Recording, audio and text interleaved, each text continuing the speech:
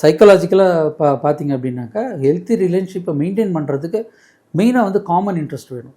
Okay, அது ரொம்ப இம்பார்ட்டண்ட்டான பாயிண்ட்டு. இன்றைக்கி தேதியில் என்னுடைய சப்ஜெக்ட்ஸில் ரிலேஷன்ஷிப் டிஃப்ரென்சஸ் வர்றவங்களுக்கு எல்லாருக்குமே ஒரு விஷயங்கிறது அதுவாக தான் இருக்குது. ஃபார் எக்ஸாம்பிள் என்னுடைய சப்ஜெக்ட்ஸு எப்படின்னாக்கா இப்போ சொன்ன மாதிரி தான் கல்யாணம் வரைக்கும் கிட்டத்தட்ட ஒரு 4 இயர்ஸாக 5 இயர்ஸ் லவ் மேரேஜ் 5 இயர்ஸாக அவங்களுக்கு வந்து பயங்கர அந்யோன்யமாக இருந்தாங்க, ரொம்ப அட்டாச்சாக இருந்தாங்க.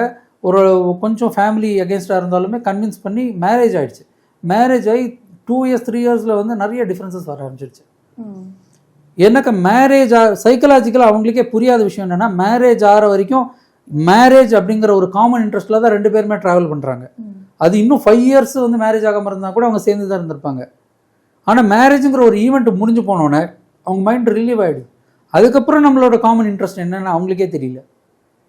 அப்போ அவருக்கு வந்து ட்ராவலிங் பிடிக்கும், இது பிடிக்கும், அது முன்னாடியும் இருந்தது, அதுக்கப்புறமும் இருந்தது. இவங்களுக்கு கொஞ்சம் டைம் ஸ்பெண்டிங் பிடிக்கும், ஹோம் மேக்கிங் பிடிக்கும். இவங்களுக்கும் வந்து கொஞ்சம் அப்போ கல்யாணம் ஆன அப்புறம் ஒரு 3 இயர்ஸ் வரைக்கும் நிறைய டிஃப்ரென்சஸ் வர ஆரம்பிச்சிது. என்கிட்ட வந்தாங்க, நான் ஒன்று தான் சொன்னேன், உங்களுக்கு காமன் இன்ட்ரெஸ்ட்னு ஒன்று வைக்கும்பொழுது தான் உங்களுக்கு வந்து உங்களுக்கு ஃப்யூச்சரில் லைஃப் காமனாக போகும். அப்படிங்கிறதுனால அவருடைய பிஸ்னஸில் அவங்க கொஞ்சம் கொஞ்சமாக பார்ட் எடுத்துக்க ஆரம்பித்தாங்க. இவங்க ட்ராவலிங் எங்கே போகிறாங்க, சரி கூட கூட்டிகிட்டு போகிறது, அந்த மாதிரிலாம் பண்ணாங்க. They are very peaceful.